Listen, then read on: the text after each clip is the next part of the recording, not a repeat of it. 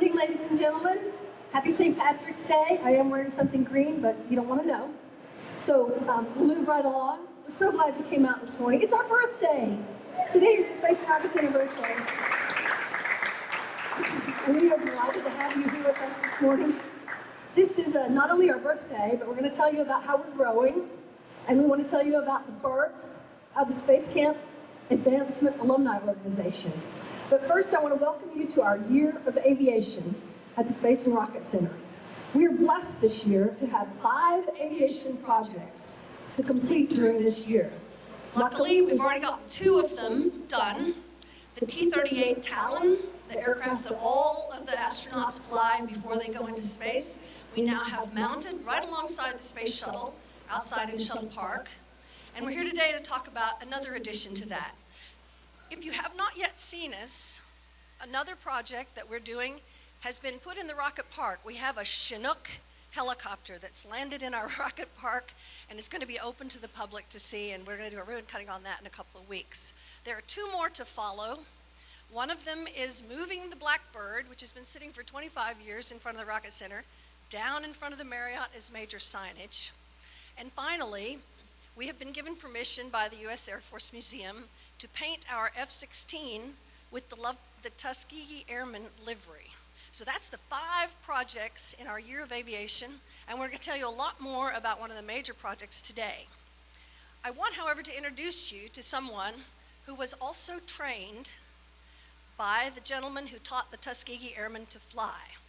It happens in this Year of Aviation that the chairman of our board was trained by Chappie Chapman himself and is an Air Force aviator, and I'm happy to welcome to the podium this morning the chairman of the Alabama Space Science Exhibit Commission, our friend and leader, Colonel Roosevelt Lewis. Thank you very much, Dr. Barnhart. My goodness, isn't this a special day to be an Alabamian? First of all, happy birthday to everybody. And that's how we feel here at the U.S. Space and Rocket Center. This is our birthday, 44 years young. And I can say young now that I'm a little bit older. Ladies and gentlemen, this is special because 44 years ago, the vision of one man, an individual I read about as a young kid, was inspired by, and I ended up as a scientist also. I hold a degree in chemistry at Tuskegee University. But Wernher von Braun and the vision of that man, today we celebrate 44 years of that vision. That man started the idea of Space Camp for the youngsters, not of just Alabama, but of the world. Space Camp is an international footprint now. To know that that vision started here in Alabama is tremendous. To understand that folks have carried it on. Alabamians have truly carried on that vision for all of these years. So I'd like to start by thanking those on the staff who truly have done just a tremendous job. The folks of Huntsville, the folks of Alabama have no idea what a tremendous staff we have here. They do a job to carry that vision forward. They make a difference in the lives of young people in motivating them, in educating them, and moving them forward. And we're going to need those kinds of folks to lead this nation. But also, I want to look back and say thank you to all the members of the boards who have served all of these years to make sure that we're still here. The boards who have had the vision that truly Dr. von Braun had. They have made sure that the vision has been continued. And today, we have young people walking the halls now who are benefiting from the kind of motivation provided by this educational jewel, not only of Huntsville, Alabama, but of the nation. So truly, we're here today to celebrate our birthday, but also all of the alums who have come through here, all of the alums who've made such a great difference, not only in this nation, but in the world. So today we can say happy birthday, but I wanted to be here personally to say thank you to all of the folks who have brought us to this day. Thank you, Dr. Barnhart, for being our CEO and carrying it on. Thank you, Mr. Chairman. This is a great job because I get to work with people like this. Thank you for coming up. He came all the way up from way South Alabama this morning as well. So I'm here to announce this morning the first major expansion to Shuttle Park since the shuttle was placed in the park. We have now added the T-38 Talon aircraft just behind the shuttle, which is appropriate. You can see it taking off at an angle, as it always does when it's the chase plane that goes alongside the shuttle when it takes off and returns. And now we're going to be adding to that another aircraft that rightfully belongs in the shuttle park. And that aircraft is the STA, or Shuttle Trainer Aircraft. This is a Gulfstream II aircraft, which was modified both for its flight characteristics and avionics to replicate the way the shuttle lands. Now, as you know, the shuttle doesn't land nice and smooth like our airliners land when we're passengers on board. That shuttle has no engines. It can't do a go-around. It has to come in one time, and it has to come in perfectly. And it rather lands more or less like a brick. So a special aircraft was required to teach the pilots of the shuttle how to land that aircraft in one shot every time safely. We are going to be adding the STA 945, NASA's 945 STA, to our shuttle park. It currently is in Birmingham at the Shuttlesworth Airport. One of our other great board members, Colonel Allison Miller, is there overseeing the work of the Alabama National Guard, who is preparing the aircraft for its exhibition here. They're taking the fluids out and making sure that it's safe for us to exhibit for the rest of its life here. So I'm going to show you on these diagrams exactly where the STA 945 is going to go. Here you see the image of the shuttle. Thank you, Tim. That's why you need Tim Hall. Here you see an overhead view of the shuttle stack, more or less as it lies in the rocket park. And just behind it here, you see the T-38 Talon. This is the aircraft that's already been installed in the shuttle park. You can go out there and see that this morning afterwards if you like. And just after that, we're going to bring in this Gulfstream II aircraft. You'll see the runway here in front of it, runway 270, coming out in front of it. And underneath the wings of the STA, we're going to make an amphitheater for teaching and training of our space camp trainees and for graduations. So this is going to extend the footprint of our shuttle park all the way back to the space camp habitat living area. It will be a major expansion of our park to that end. The way we're going to do this, we have to raise money, of course, to put the thing together. Here you see a side view. We're going to add all of the access to the cockpit. This is a unique aircraft in that the cockpit of the STA is half shuttle cockpit and half Gulfstream II cockpit. And I'll have somebody that can tell you a whole lot more about that in just a few minutes. But the public will be able to access it here, go inside and see the cockpit, even go back into where passengers would normally sit. And then you can see the amphitheater here underneath it with the staging, which will come at a little bit later date.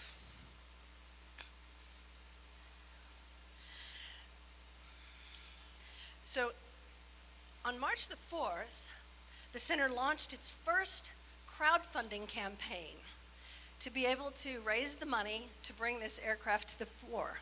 So you know, in this modern age, Indiegogo and others are places that you can raise money. And we have gone, starting on March the 4th, to Indiegogo, launching our first crowdfunding campaign out of the Space and Rocket Center. Thank you.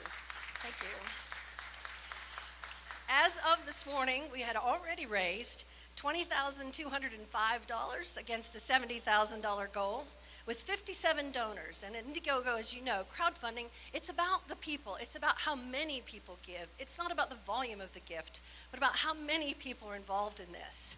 And of course, we want to involve all of our family in this gift. And in order to do that, we wanted to reach out to our 600,000 alumni out of Space Camp, which you all will now be alumni in just a couple of days when you finish your training here. So it's a very big family of very important people that you will join when you become alumni. And in order to reach out to our alumni, we also have a major announcement this morning. Since it's our birthday, we have now given birth to the Space Camp Advancement Alumni Board. And joining us this morning, representing those alumni board members from all over the country, is the new and first chairman of that organization. John is going to come up and join me in just a second. And John Ramsey is a stellar example of the inspiration that Space Camp gives to people when they come through here. John attended Space Camp in 1986, 87, and 88. Just so happens that's when I was director of Space Camp, so my name's on all his certificates. And I want to tell you, John Ramsey, as a 16-year-old, flew himself to Space Camp in his own airplane. He then served as an infantry officer with U.S. Army. He has gone on now to be a senior executive in Verizon. He's married with 2 children, and he continues to support the Space and Rocket Center consistently. Please help me welcome to the podium one of our best alumni, John Ramsey.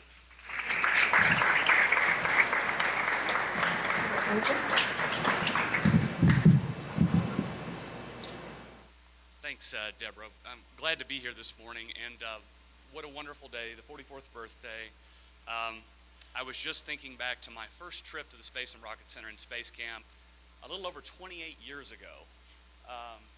So my, how time flies, but it's just as special to me now as it was then, and it is to all alumni of the programs. I have several of my fellow Alumni Advancement Board members here today. They're hiding in different pockets here, and I'm glad to have them as a part of it. But I am Space Camp. I am one of 600,000, and it had a profound effect on my life. It steered me towards science, technology, engineering, and mathematics, just as it has done for so many. I went off to study that field, learned to fly in the process, went off to serve my country in the military, much like our special guest that I'm going to introduce here in a moment, and as did Dr. Barnhart and Colonel Lewis. I'm glad to be a part of that fraternity as well.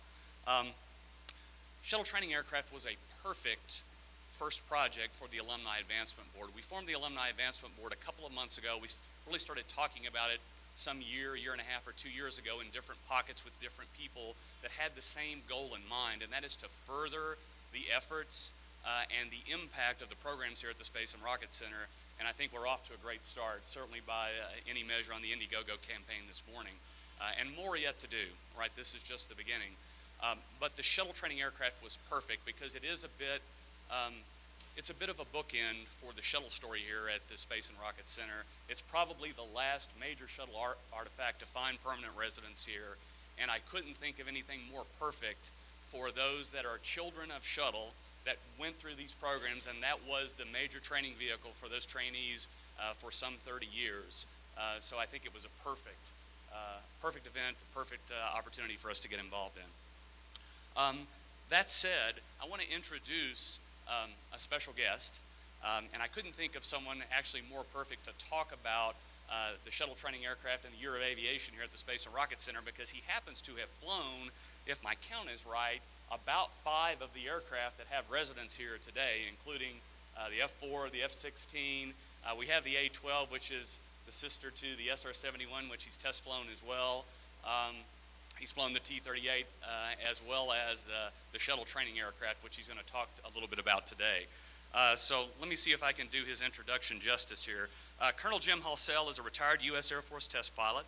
He's a 5-time space shuttle astronaut, serving twice as pilot and 3 times as commander on STS 65, 74, 83, 94, and 101. Also during his career with NASA, Colonel Halsell also served as the director of operations for NASA at the Yuri Gagarin Cosmonaut Training Center in Star City, Russia. He was also the manager of the shuttle launch integration team at the Kennedy Space Center in Florida.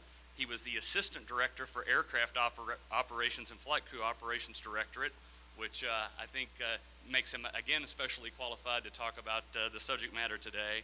And then also, following the STS-107 Columbia accident, Colonel Halsell led NASA's Space Shuttle Return to Flight planning team. He holds a bachelor's degree in engineering from the United States Air Force Academy, a master's in management from Troy University, and a master's in space operations from the Air Force Institute of Technology. So certainly him having served as a pilot or commander on 5 shuttle missions, it makes him especially well qualified today, and it's my privilege to introduce Colonel Jim Halsell.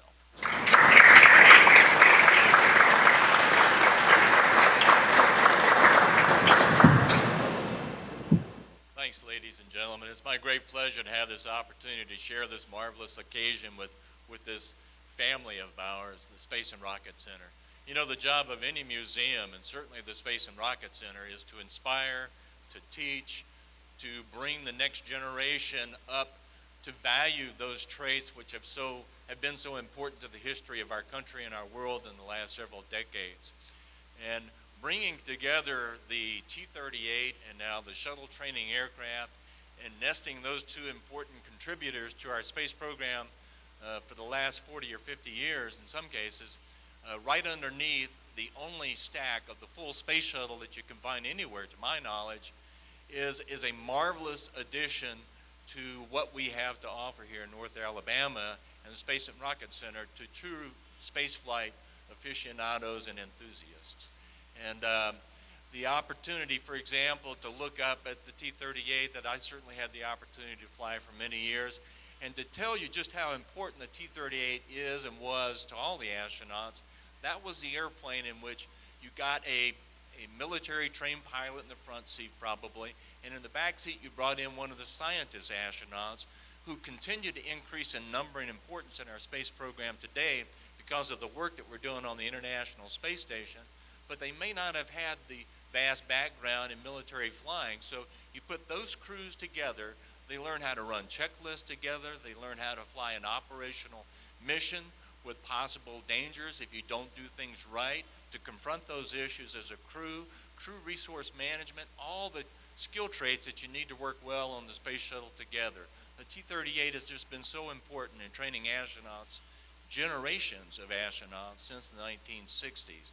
It is right and proper that that airplane rests underneath the space shuttle here at Space and Rocket Center. And the shuttle training aircraft, not as many astronauts flew that because it was focused on training the pilot astronauts how to land the space shuttle. Now, I'd like to take a little bit of deference with Dr. Barnhart's words. I would like it to be noted that I don't believe on any of my 3 personal landings of the space shuttle we landed like a brick. Is that? Okay, all right. Of course, I am biased. And the reason, if what I say and what I claim is true, is because of thousands of flights and practice landing approaches in the shuttle training aircraft allowed all of us to perform to the high level that NASA expected and demanded before they would assign us to a flight. So it too is a great addition to the Space and Rocket Center. Again, to my knowledge, it's the only place in the country where you'll be able to see one on display. So it's bringing this museum and this facility even to a higher level of excellence than the one it already very much occupies. I'd like to encourage everybody to go to the website. If just a few people will give a few bucks across the vast Space and Rocket Center and SpaceCap family, we will have this paid for by noon today. And we'll be able to retire other debt and move on to other projects. So on behalf of all the generations of astronauts who had the privilege of flying the aircraft and the spacecraft that are going to be on display out there, I want to thank you for your attention and for your enthusiasm about America's future in space. Thank you very much.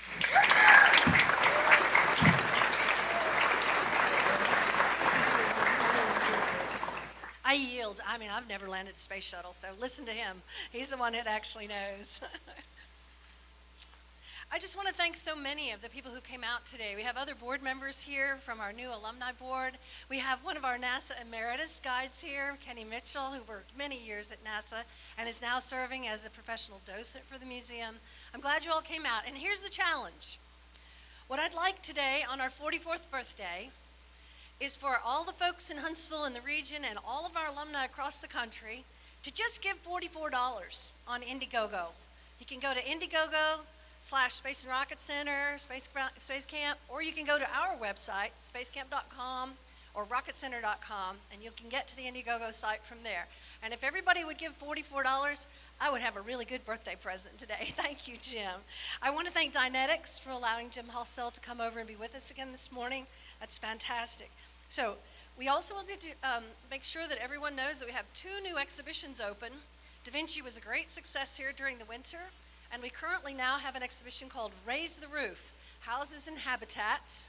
And we will be opening in just a day or so the Military Kids Art Exhibit, the story of art from children who have spent their lives in the military, going with their parent from base to base, and what it's like in their group. So everybody go to Indiegogo, give us our $44 birthday present, and tell someone else today about the STA coming to the Space and Rocket Center. Thank you so much for coming, and we're so glad all the trainees are here with us this morning. Thanks for coming.